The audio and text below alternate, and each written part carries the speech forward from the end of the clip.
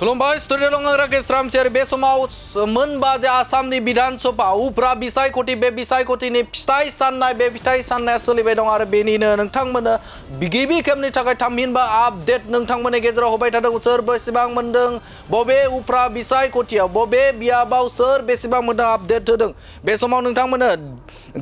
धलाय जे बिधान सभा बे बिधान सभायाव सोर बेसेबां मोनदों बे समाव नैथि राउन्डनि साननाय बे राउन्डनि साननाया सोलिदों थामहिनबा बे समाव सोलिबाय दं आरो बेवहाय लिडिं खालामदों भारतीय जनता पार्टी बिथांमोना मोनदों 10,876 नैथि पजिशनाव दं INC निफ्राय 6,795 बे समाव मोननो हादों आरो गुबुन फारसेथिं सिडली विधान सभाया बयनिबो नोजोराव आरो सिडली विधान सभायाव साथाम बिजाथि दं आरो बेनिनो लिडिं खालामदों सोर नोंथांमोननि गेजेराव हनि बे समाव स्निथि भट सानखो थामहिनबा 7 राउन्ड बे 7 राउन्डआव लिडिं खालामदों यूनाइटेड पीपल्स पार्टी लिबारेलनि थामहिनबा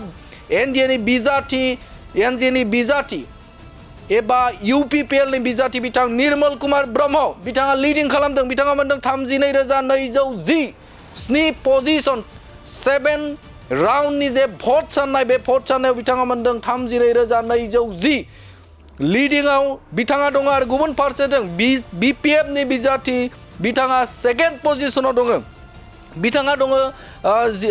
मोननो हादों सुद्ध कुमार बसुमतारिया मोननो हादों 19,333 बिथाङा मोननानै भट मोननानै बिथाङा सेकेन्ड पजिशनाव दङ आरो गुबुन फारसेथिं बङाइगाव सोर बिजाथिया लिडिं खालामदों बे समाव बङाइगावनि जे भट सानाय द'थि पजिशन थामहिनबा टप 6 राउन्ड बे 6 राउन्डआ बे समाव सोलिबाय दं आरो बेनिनो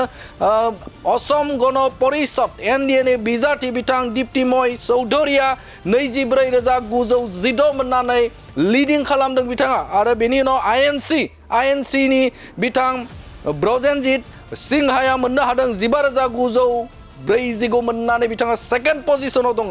आरो बेनि अनगायैबो नोंथांमोननि गेजेराव बिग आपडेट होबाय थादों उफ्रा बिसायख'थिनि फिथाइनि सायाव बे समाव बिहालियाव गासै थामहिनबा बे समाव लिडिं खालामदों स्निथि राउन्ड जे भट साननाय बे सोलिबाय आरो बिहालियाव दिगन्त गतवाल बिथाङा मोनदों 28,450 मोननानै लिडिं खालामदों बिथाङा आरो बेनि उनाव नैथि पजिशनाव दं INC निफ्राय जयन्त बरुवा बिथाङा मोनदों 22,864 भट मोननानै बिथाङा नैथि पजिशनाव दङ आरो गुबुन फारसेथिं नोंथांमोननि गेजेराव बिग आपडेट होबाय थादों बबे जायगायाव सोर बेसेबां भट मोनदों नोंथांमोननि गेजेराव आपडेट होदों सामुगुरि बे सामुगुरियाव INC आ लिडिं खालामदों बे समाव सामुगुरियाव INC नोंथांमोना मिथिगौ दे सिगांनि सानाव बेवहाय कंग्रेसनि बिजाथि बिथां रुकिबुल हुसैना बिथाङा सिगांनि सानाव बे जायगायाव थामहिनबा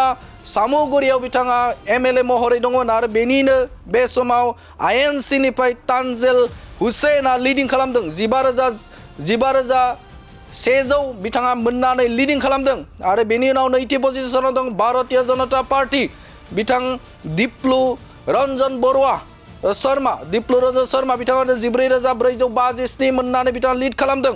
थामहिनबा सेकेन्ड पजिशनाव दं बिथाङा लिडिं नङा सेकेन्ड पजिशनाव बिथाङा सिडली विधान सभाया जोबोदनो नोजोराव गोलैदों सिडली विधान सभाया सिगांनि सानाव जयन्त बसुमतारिया बेवहाय बिजाथि महरै थामहिनबा बिथाङा MLA महरै दंमोन आरो बिथाङा बे समाव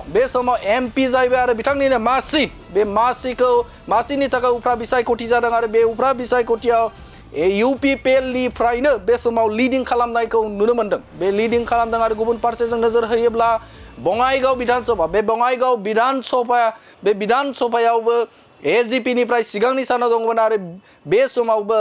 AGP आ लिडिं खालामदों बे समाव नोंथांमोना बिग आपडेट नोंथांमोननि गेजेराव होबाय थादों उफ्रा बिसायख'थियाव बबे जायगायाव बेसेबां भट मोनदों बा बेसेबां भट सानखो बे समाव आपडेट सोलिबाय थादों नोंथांमोननि गेजेराव होबाय गोजोन्थों।